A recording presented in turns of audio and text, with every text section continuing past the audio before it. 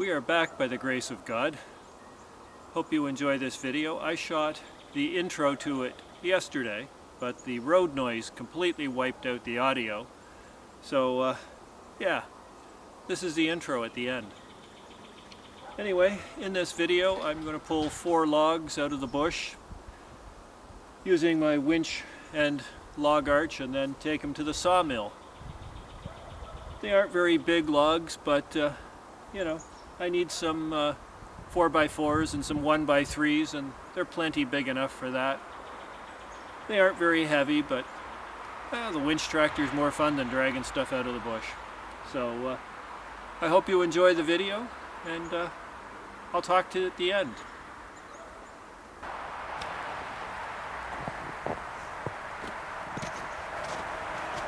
So I wasn't going to make this video. My last will video did so well. Yeah. Which is weird, because when I asked people whether they wanted a video on estate planning, I got 40 subscribers. I don't understand. Less than that watched the video. Oh well, the world of YouTube. So what made me decide to make this video? Well, I went to a funeral. And I got phone calls. Yeah. And they all had the same story and question. And I've gotten this question hundreds of times since I started practicing law. And that question goes something like this. Somebody died or nearly died. Everybody shows up at the hospital. The doctor comes out and says, here's what happened, here's what we know, here are the treatment options. What am I going to do?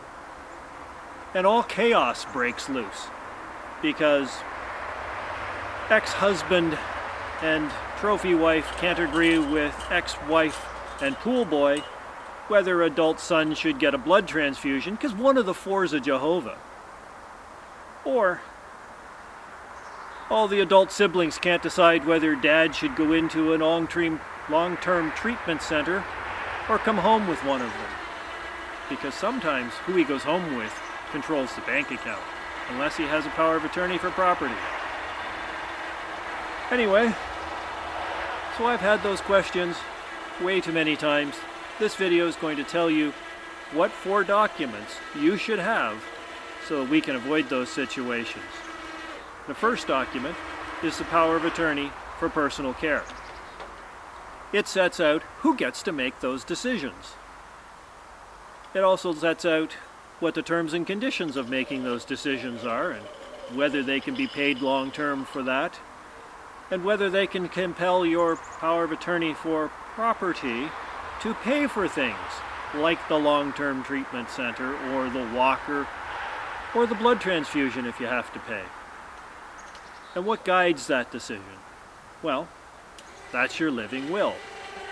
Your living will sets out whether you want to be kept alive at all costs, with heroic measures and to be kept alive in a vegetative state, whether you're an organ donor, whether you want to be buried or cremated, whether you want your body donated to science, what the terms and conditions of that donation are, who has to dispose of the body when you're done, whether it can be used for research or purely educational matters, that type of thing.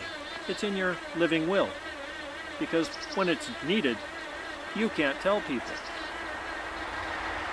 Anyway, your power of attorney for personal care governs 6 aspects of your life, and they're on the screen, so I'm not going to tell you what they are. But they cover things like clothing and nutrition and safety and where you live, that sort of thing. And it becomes effective when you are incapable of making those 6 decisions, or any one of them. For instance, you may decide you want to go to put on a pink tutu and wander the aisles of Walmart. Doesn't mean you lack capacity to make clothing decisions. It only indicates that when you don't know you're wearing a pink tutu wandering the aisles of Walmart. Likewise, you may decide you want a peanut butter, mustard, and chocolate sandwich. Doesn't mean you lack capacity to make nutrition decisions. It only means that when you don't know you're eating a peanut butter, mustard, and chocolate sandwich. So you can be incapable of, for instance, safety, but not nutrition. Maybe you decide you want a steak for supper, but you shouldn't play with the stove because you forget to turn the silly thing off at the end of the night. So your attorney gets to decide whether or not you should play with the stove or not. But that doesn't mean you don't get to be fed. It means they have to put a procedure in place to ensure that you get fed. And that may be expensive, which is why your power of attorney for personal care sets out whether that attorney can compel your attorney for property to pay for things like that. Because your attorney for property may have a different decision, and they may want input on it. But they don't get input on it if your attorney for personal care says they can compel your attorney for property to pay for it. All they get to do is pay for it at that point. So what good is the attorney for property? Well, your power of attorney for property is effective the minute that you sign it. It is effectively a blank check to your attorney.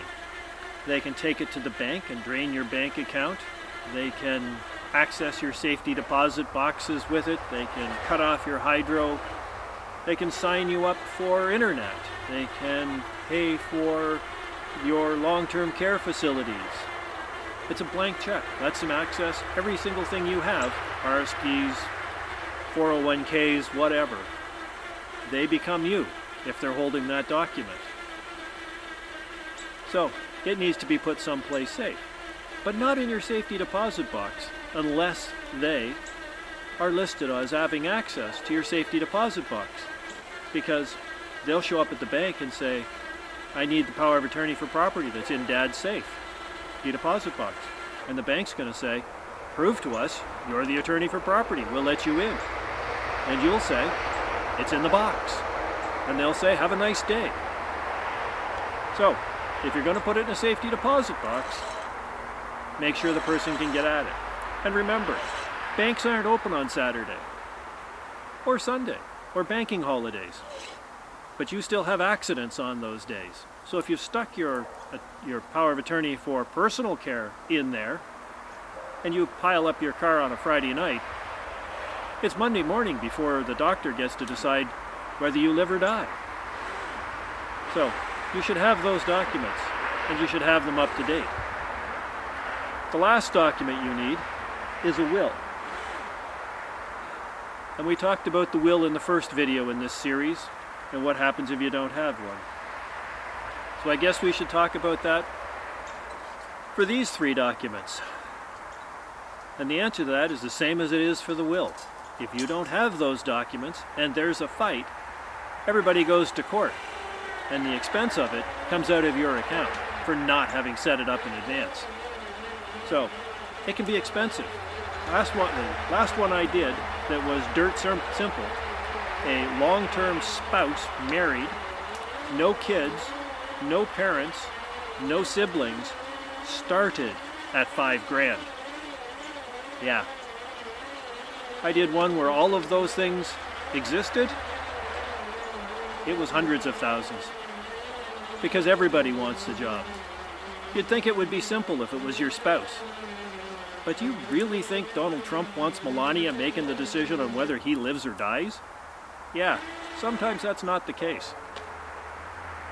So, anyway, those are the documents you should have. I hope you enjoyed the video. And these documents are relatively cheap to get set up. When you compare it to a will fight or a power of attorney fight, they're cheap to set up. You should have a lawyer help you with them. You can do them yourself, but yeah, self-help doesn't always work out right. You get the nuances wrong and it's just as bad as if you'd gotten none of them in place. So talk to a lawyer in your area, get them in place, and if you don't think you need them, here's a thought. If I handed you a parachute and kicked you out of the airplane in the middle of the night, when would you put it on? Would you think, I'm still fairly high, I think. I got time, I think. Or would you think, That ground's getting awfully close. I don't know where it is, and it's awfully dark out here. I should put the parachute on now. Because you don't know when that bus is going to hit you crossing a street. It's just a thought. If you like the video, let me know and I'll do a third video. If not, well, I hope you enjoyed the log winching video. We'll see you at the end. Bye.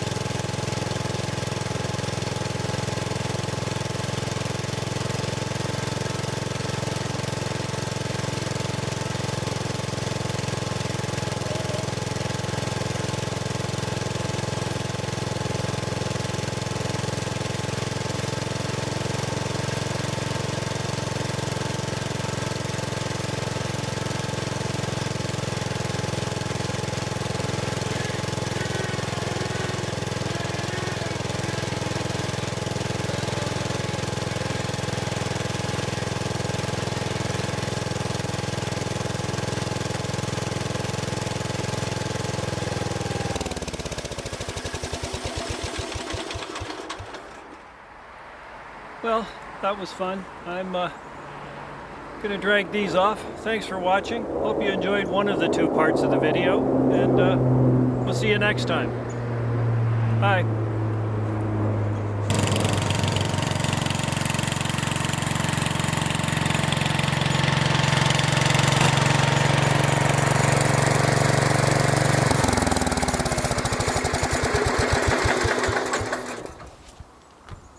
A couple of videos ago I mentioned I would do a series on wills and estates if you were interested. 40 people subscribed. I put out the video. Less than 50 people watched a minute and a half of it. Mixed messages. I don't know what's going on. You want to see more of it? Leave me a comment. Tell me you want to see more of it. If you'd rather see this stuff, leave me a comment. Tell me you'd rather see this stuff. Anyway, that's the video. I hope you enjoyed it. Hope the road noise wasn't too bad. If you know how to get road noise out of a video, I'd appreciate you telling me that. Anyway, thanks for watching. Leave me a comment, leave me a subscribe, whatever you want to do. Enjoy the rest of your life. By the grace of God, I'm out of here. Thank you. Bye.